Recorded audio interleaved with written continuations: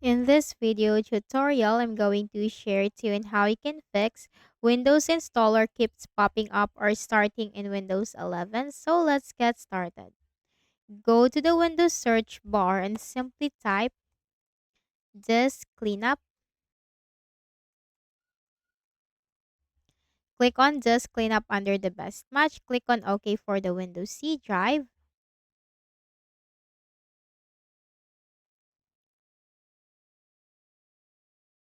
Then in this window, just simply select all of these options one by one. Okay, select all of these options one by one and click on OK and click on delete files.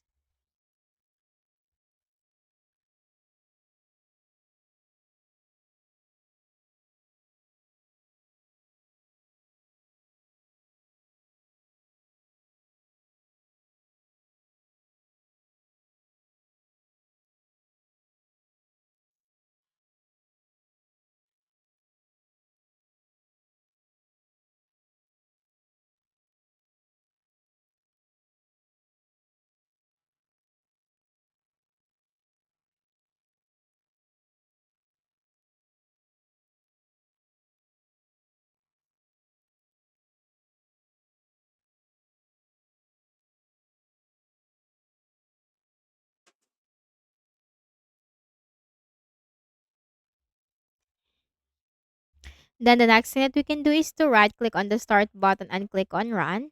Then we need to copy this first command. This will be posted in the description box. Control V or paste and click on OK. Then right click again, select run on the start button. This time the second command, Control C, then Control V or right click and then paste and click on OK.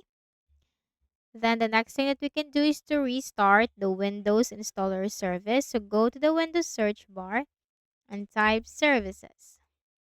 Click on it under the best match. Scroll down and look for the Windows installer service. Right click, select properties. Startup type, make sure that is automatic and then click on start. Apply and then OK. Then close the window.